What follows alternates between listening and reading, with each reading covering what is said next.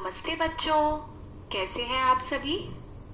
आज हम विज्ञान का पाठ 1 पढ़ेंगे। भोजन यह कहाँ से आता है। तो ये बड़ा मजेदार पाठ है।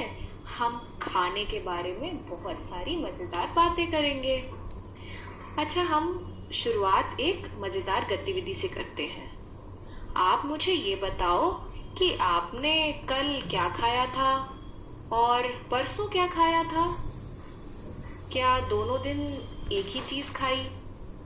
नहीं ना। हम हर दिन कुछ कुछ अलग अलग चीजें खाते हैं। कभी कोई दाल चावल, कभी कोई सब्जी या कुछ और। हमारे आसपास के लोगों के घर भी कुछ अलग अलग प्रकार का खाना बनता है। तुम देखो तो हमारे देश में इतना सारा विभिन्न प्रकार का खाना बनता है। जैसे अगर गुजरात चले गए तो वहां पे ढोकला, फाफड़ा ये सब बड़ा प्रचलित है। और वैसे ही अगर हम बंगाल जाते हैं तो मच्छी भात, रसगुल्ला ये सब मिलता है। ऐसे ही हर प्रांत की कुछ कुछ खाने की विशेषताएं हैं। तो हम एक काम करते हैं, आज हम एक मजेदार सूची बनाते हैं कि हमने आज दिन भर में क्या क्या खाया। अच्छा, हम जो खाना खाते हैं क्या वो सिर्फ एक चीज से बन जाता है या अलग अलग प्रकार की कई चीजें लगती हैं। जैसे मानो तुम्हें पका चावल बनाना हो तो उसे बनाने के लिए क्या क्या सामग्री लगती है। तो पहले तो कच्चा चावल, चावल के सफेद दाने और उसे उबालने के लिए पानी। तो ऐसे हमें 2 चीजें लगी, एक तो कच्चा चावल और पानी, जिसे मिला के पका चावल बन गया। तो हमें इस पके चावल को बनाने के लिए 2 पदार्थ लगे, कच्चा चावल और पानी। इन्हें हम संगठक भी कहते हैं। तो संगठक माने किसी वस्तु को बनाने के लिए जो पदार्थ लगते हैं उन्हें संगठक बोलते हैं। जैसे मानो सब्जी बनानी है तो सब्जी बनाने के लिए पहले तो कच्ची सब्जी चाहिए, फिर उसको नमक चाहिए, उसे पकाने के लिए तेल चाहिए और उसमें डालने के लिए अलग अलग प्रकार के मसाले। तो ये सारे क्या कहलाए? सब्जी के संगठक। तो आओ एक मजेदार गतिविधि करते हैं। हम एक सूची बनाते हैं। आपको अपनी पुस्तक में सारणी 1.2 में एक सूची दिख रही होगी, खाद्य व्यंजन और उनकी कच्ची सामग्रियां। तो हम क्या क्या खाते हैं उसकी एक सूची बनाते हैं और उसमें क्या क्या कच्ची सामग्री लगती है वो लिखेंगे। जैसे सबसे पहले रोटी या चपाती, ये बनाने के लिए क्या लगता है कच्ची सामग्री? गेहूं या कोई और आटा और उसे गूंथने के लिए जल। वैसे ही दूसरा उदाहरण है कि दाल बनाने के लिए क्या क्या लगता है।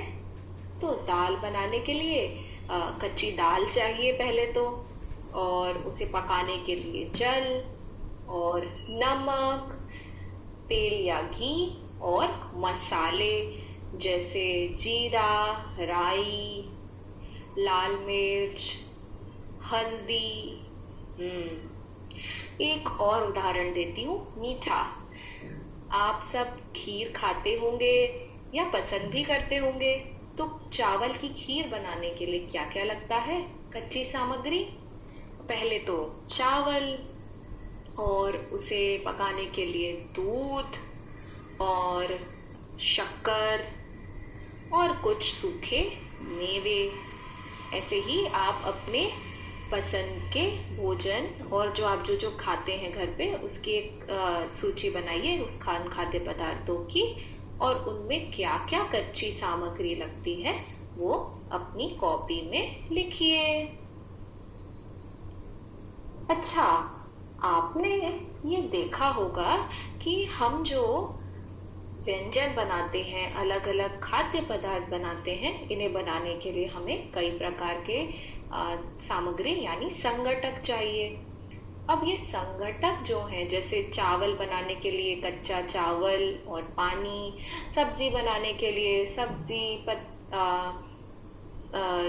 मसाले, तेल, तो ये सब हमें कहाँ से मिलता है? तो अगर तुम बच्चों मुख्यतः देखो तो हमें जो हमारे भोजन के स्रोत हैं वो दो स्रोत हैं। एक तो सबसे बड़ा स्रोत है पौधे, जैसे गेहूं और चावल आप खाते हो ना, गेहूं की रोटी बनाते हो, तो गेहूं और चावल कहाँ से मिलता है? पौधों से। आपने शायद कभी खेत देखे हो, गेहूं के खेत या चावल के खेत, तो बहुत सारे पौधे एक साथ लगे रहते हैं और उन पौधों से गेहूं या चावल मिलता है, या मक्का, है ना। अलग अलग प्रकार की सब्जियां और फल, ये सब हमको पौधों से मिलते हैं।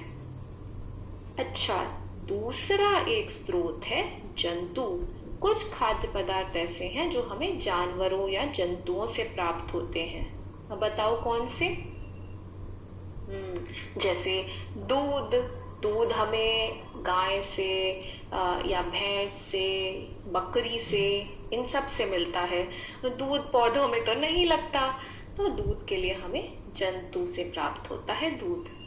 या अंडा। अंडा हमें मुर्गी से प्राप्त होता है। या मुर्गा खाते होंगे आप में से कुछ लोग, हम में से कुछ लोग मछली खाते हैं या और कोई मांस खाते हैं, तो वो सब भी हमें जंतुओं से प्राप्त होता है। तो हमारे भोजन के दो मुख्य स्रोत हैं, एक तो पौधे और दूसरा जीव जंतु। तो आओ हम एक और गतिविधि करते हैं।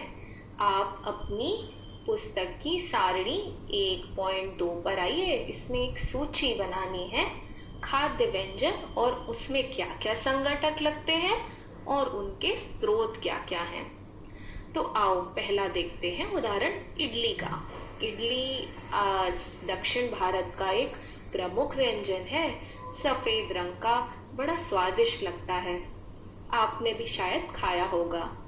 तो इडली बनाने के लिए क्या क्या लगता है? इडली बनाने के लिए हमें पहले तो चावल चाहिए। चावल हमें किससे मिलता है? चावल हमें धान पौधे से मिलता है। चावल के खेत में पौधा लगाया जाता है, तो चावल हमें पौधे से मिला। पौधों को पादप भी बोलते हैं, ठीक है। अब हमें दूसरी चीज चाहिए, उड़द की दाल।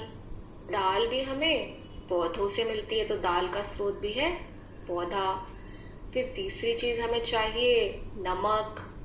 नमक हमें कहाँ से मिलता है? तो नमक हमें झील से या समुद्र से प्राप्त होता है। उसके पानी में से जो पानी का खारापन है उससे नमक निकाला जाता है। फिर हमें चाहिए इडली बनाने के लिए कुछ पानी, क्योंकि हमें घोल तैयार करना होता है ना। तो जल हमें कहाँ से मिलता है? जल हमें नदी, झील, नहर, इन सब से मिलता है। अब ऐसे ही दूसरा उदाहरण है चिकन करी। तो आप में से जो लोग चिकन करी खाते हैं, तो चिकन करी बनाने के लिए पहले तो चिकन चाहिए, यानी मुर्गा। तो चिकन का स्रोत हुआ जंतु, जो मुर्गा। फिर हमें चिकन बनाने के लिए मसाला चाहिए चिकन करी के लिए। तो वो मसाले हमें कौन कौन से मसाले होते हैं? लाल मिर्च, तो हल्दी, नमक, ऐसे मसाले। तो मसाले हमें पौधों से मिलते हैं।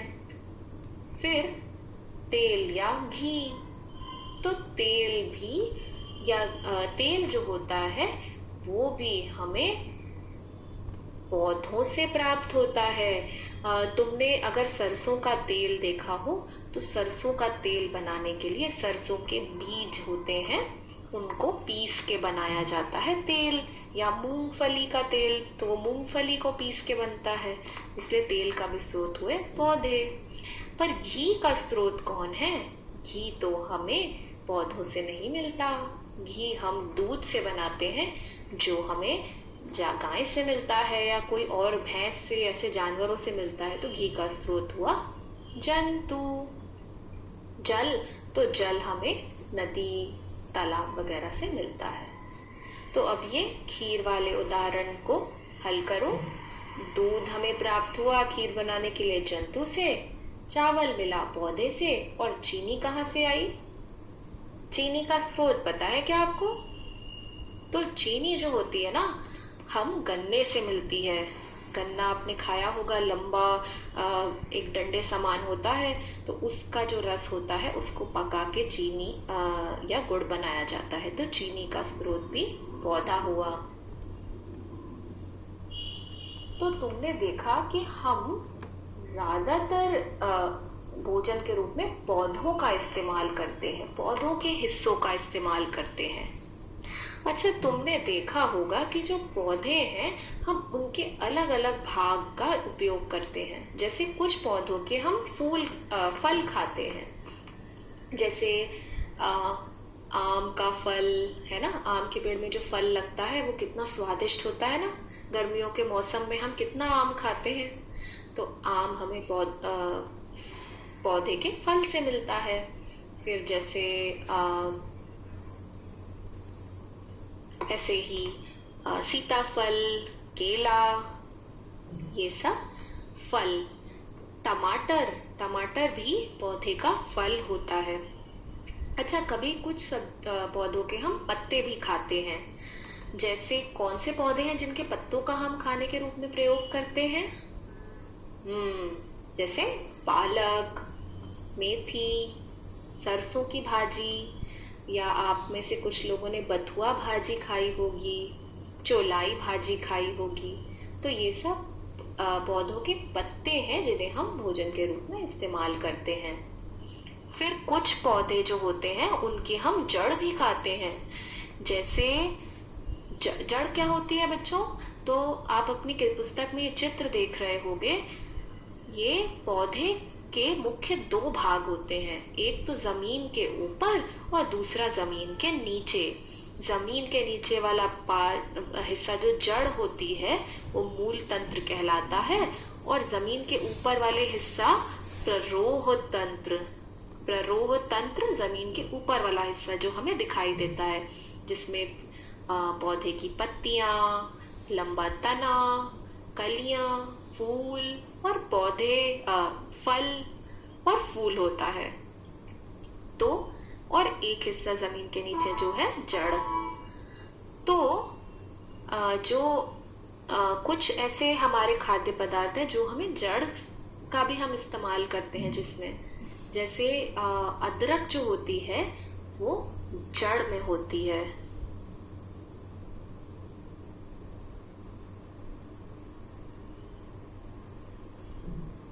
कई बार लोग पौधों के फूलों को भी खाते हैं। जैसे सीताफल जो होता है ना, काशी फल भी बोलते हैं जिसे, तो सीताफल तो हम खाते ही हैं।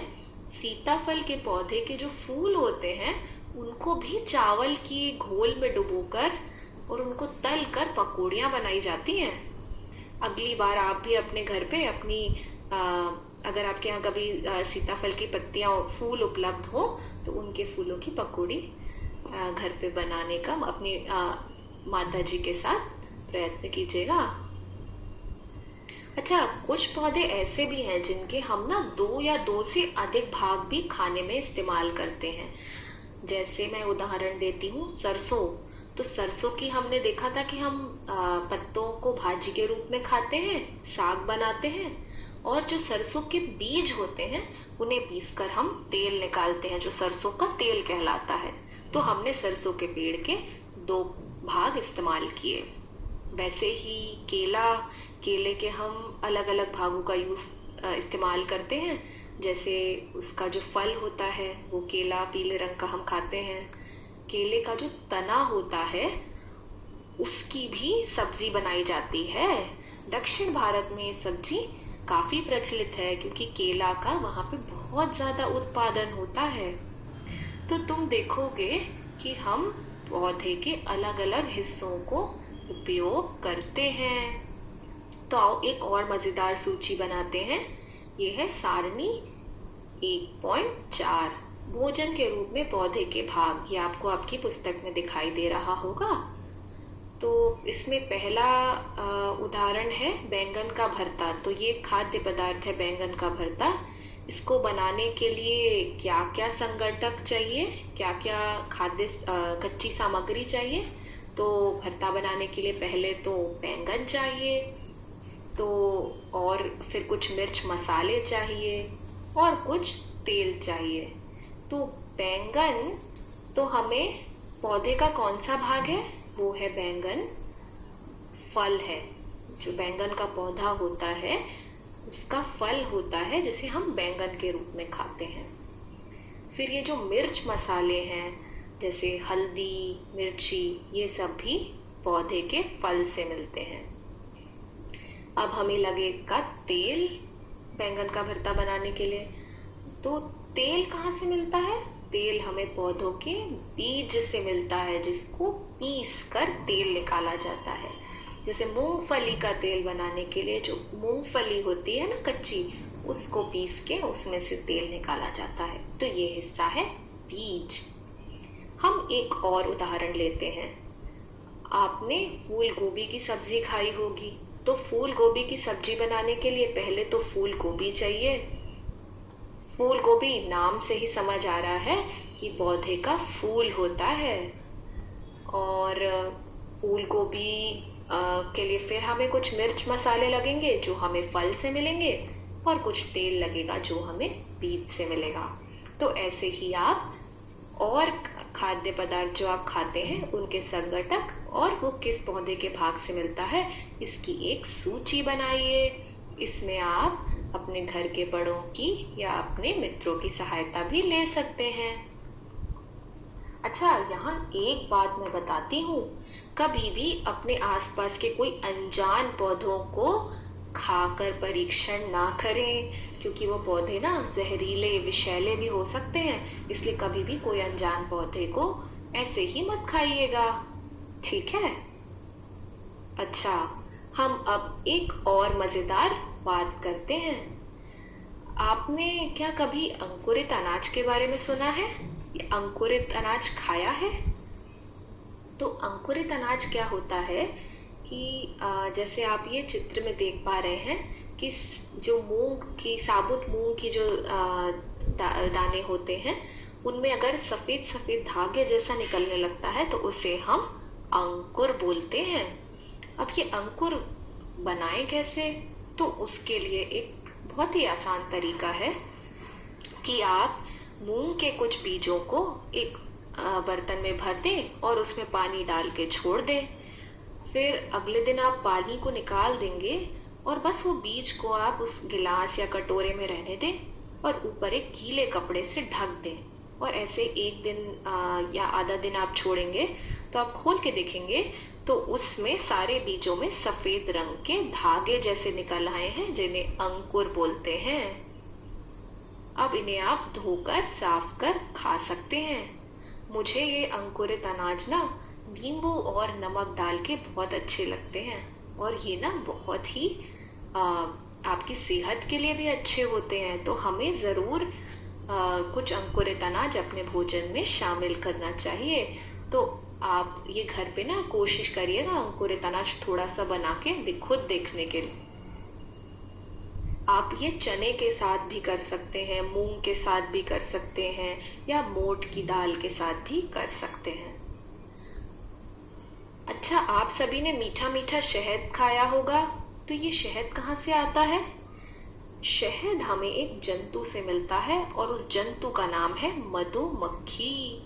तो आपने देखा होगा कि मधुमक्खियां, आपने उनका छत्ता देखा होगा जो कई बार किसी पेड़ पे टंगा होता है, हमारे घर पे भी लग जाता है। जैसे ये चित्र में बना है ना मधुमक्खी का छत्ता, तो इस छत्ते में मधुमक्खियां भिनभिनाती हुई देखी होंगी। ये जो मधुमक्खियां है ना, ये बड़ी मेहनती होती हैं।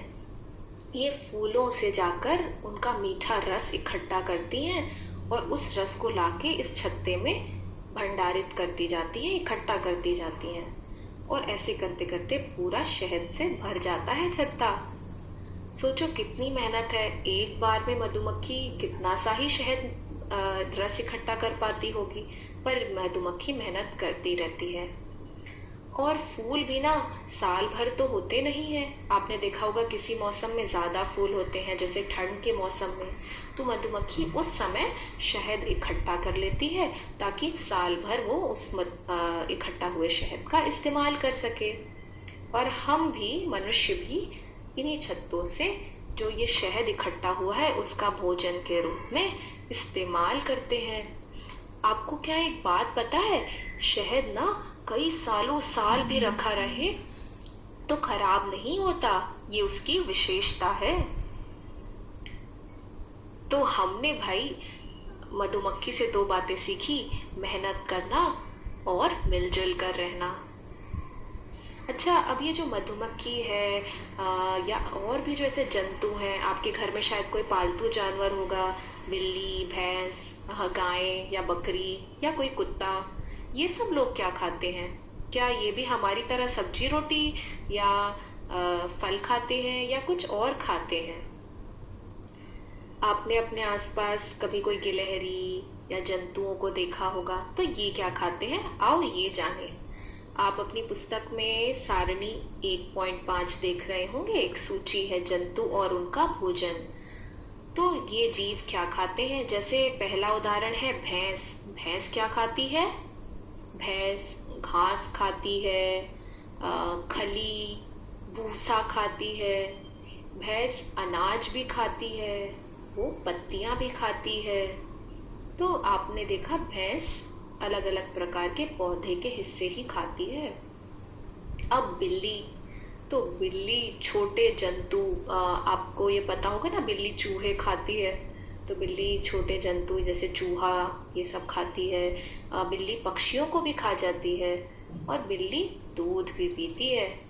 ऐसे ही चूहा क्या खाता है?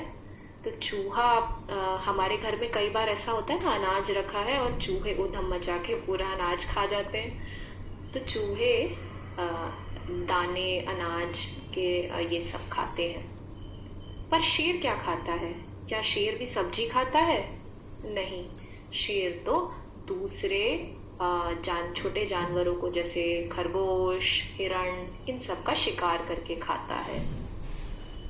तो तुमने देखा कि मुख्य रूप से कुछ ये जो जंतुओं हैं, इनकी हम भोजन को दो हिस्सों में बांट सकते हैं। कुछ प्राणी ऐसे हैं जो दूसरे प्राणियों को खाते हैं, उन्हें हम मांसाहारी कहेंगे। मांसाहारी यानी जो दूसरे प्राणियों को खाते हैं, जैसे शेर। शेर कभी पौधा नहीं खाता, शेर दूसरे जानवरों को खाता है, इसलिए शेर है मांसाहारी। फिर कुछ प्राणी ऐसे हैं जो सिर्फ पौधे खाते हैं, उन्हें हम शाकाहारी कहते हैं। जैसे गाय, गाय हमेशा पौधा खाती है, घास खाती है, पत्तियां खाती है, तो गाय शाकाहारी है। फिर कुछ ऐसे जंतु हैं जो पौधे भी खाते हैं और साथ में दूसरे जंतुओं को भी खाते हैं। जैसे उदाहरण के रूप में कौवा, तो कौवा दाने भी खा लेता है और छोटे छोटे कीड़े मकोड़ों को भी खाता है, तो कौवा सर्वाहारी है। अच्छा, ये बताइए मनुष्य क्या है? मनुष्य, कुछ मनुष्य तो शाकाहारी हैं जो सिर्फ पौधे खाते हैं, और कुछ मनुष्य ऐसे हैं जो मांस भी खाते हैं और पौधे भी खाते हैं। तो आओ हम अपने पाठ के कुछ प्रमुख शब्दों को फिर से याद कर लें। पहला शब्द है संगठक। तो संगठक क्या था, याद करो। हमने उदाहरण लिया था कि पके चावल को बनाने के लिए कच्चा चावल और पानी चाहिए, तो कच्चा चावल और पानी संगठक है, यानी किसी पदार्थ को बनाने के लिए जो हमें कच्ची सामग्री चाहिए उसे हम संगठक कहेंगे। दूसरा शब्द खाद्य। खाद्य माने जिसे खा सकते हैं। मकरंद। मकरंद माने फूलों का रस। मधुमक्खी मकरंद इकट्ठा करके शहद बनाती है। फिर है अंकुरित बीज। तो हमने मूंग का उदाहरण लिया था ना कि जिन बीजों में से अंकुर यानी सफेद धागे जैसे निकल आए हैं उनको अंकुरित बीज बोलते हैं। फिर है अगला शब्द शाकाहारी। शाकाहारी माने ऐसे जीव जो जंतु केवल पौधे खाते हैं उनको हम शाकाहारी बोलते हैं, जैसे गाय। फिर मांसाहारी, वो जंतु जो दूसरे प्राणियों को ही खाते हैं उन्हें मांसाहारी कहते हैं, जैसे शेर। शेर सिर्फ दूसरे प्राणी खाता है। फिर है सर्वाहारी। सर्वाहारी वो जंतु जो दूसरे प्राणी भी खाते हैं और कुछ पौधे भी खा लेते हैं, जैसे हमने कौवे का उदाहरण लिया था कि वो दाने भी खाता है और साथ में छोटे छोटे कीड़ों को भी खाता है। तो था ना बच्चों ये एक मजेदार पाठ। हमने खाने के बारे में कितनी सारी बातें करी। तो आओ हम अभ्यास भी हल करते हैं। पहला प्रश्न है अभ्यास का आपकी पुस्तक में, क्या सभी जीवों को एक ही किस्म के भोजन की आवश्यकता होती है? तो आपने पाठ में देखा ही होगा कि हर जीव का अलग अलग प्रकार का भोजन है। कोई मांसाहारी है, कोई शाकाहारी है, कोई सर्वाहारी है और अलग अलग प्रकार की चीजें खाता है। तो आप एक सूची बनाना कि कौन सा जीव कैसा भोजन करता है। दूसरा प्रश्न है 5 पौधों के नाम लिखने हैं और बताना है कि उनका कौन सा भाग खाद्य पदार्थ के रूप में उपयोग होता है। तो मैं आपको एक उदाहरण देती हूँ, बाकी 4 आप खुद लिखिएगा। तो हम बात करते हैं टमाटर के पौधे की। तो हम टमाटर का जो टमाटर के पौधे में जो फल होता है उसे हम खाते हैं टमाटर के रूप में, लाल लाल रंग का। तो हम टमाटर के पौधे का फल खाते हैं। ऐसे ही आप बाकी 4 लिखिए। तीसरा प्रश्न है कॉलम 1 में दिए गए खाद्य पदार्थ का मिलान कॉलम 2 से करिए।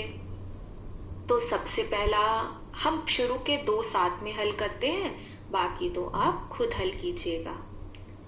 पहला है दूध दही पनीर घी। तो ये क्या है दूध दही पनीर घी? आओ एक एक करके देखते हैं। दूध दही पनीर घी दूसरे जंतुओं को खाते हैं क्या? नहीं, ये तो नहीं है। पादप एवं पादप उत्पाद खाते हैं क्या? नहीं। सब्जियां हैं? नहीं, दूध तो सब्जी नहीं है। सभी जंतु उत्पाद हैं। हाँ, ये सही बैठ रहा है कि दूध दही पनीर की सभी जंतु उत्पाद हैं। तो इसको आप आपस में जोड़ दो। अब अगला है पालक फूल गोभी गाजर। तो ये सभी क्या है? सब्जियां। तो इनको सब्जियां हैं। पालक फूल गोभी गाजर सब्जियां हैं। अब अगले 2 आप खुद हल करिए। अब हम अभ्यास 4 करते हैं। नीचे दिए गए शब्दों से रिक्त स्थानों की पूर्ति करिए। पहला क, बाघ एक खालिस्तान है क्योंकि यह केवल मांस खाता है। तो ऊपर के शब्दों से आओ हम एक एक करके चेक करते हैं। बाघ एक क्या शाकाहारी है? नहीं, बाघ तो शाकाहारी है नहीं। बाघ एक पादप है? नहीं, बाघ तो पौधा भी नहीं है। बाघ एक दूध है? नहीं, ये भी गलत। बाघ एक गन्ना है? नहीं, ये भी नहीं। बाघ एक मांसाहारी है क्योंकि वह केवल मांस खाता है। हाँ, ये सही बैठ रहा है। तो पहले प्रश्न का उत्तर है बाघ एक मांसाहारी है क्योंकि वह केवल मांस खाता है। ख, हिरण केवल पादप उत्पाद खाता है और इसलिए इसे क्या कहते हैं? हाँ, शाकाहारी। अब ग, घ और ड आप खुद से हल करिए। तो आपने देखा इस पाठ में कि हम हमारे देश में कितनी सारी अलग अलग प्रकार की चीजें खाते हैं और हर घर में हर राज्य का भोजन कितना अलग अलग प्रकार का है। अच्छा, आपने एक चीज शायद देखी हो कि कई बार अपने आसपास के कुछ लोगों को खाना उपलब्ध नहीं हो पाता। इनके क्या कारण है? हम खाने की बर्बादी को कैसे रोक सकते हैं, ये अपने मित्रों के साथ या अपने घर के बड़ों के साथ आप चर्चा कीजिएगा कि हम खाने की बर्बादी को कैसे रोक सकते हैं और हम सभी लोगों को भोजन कैसे उपलब्ध करा सकते हैं। तो आशा है मुझे कि आपको ये पाठ पढ़ के बहुत मजा आया होगा और आप सारे अभ्यास भी करेंगे। चलिए अब हम अगले पाठ के साथ फिर मिलेंगे। नमस्ते।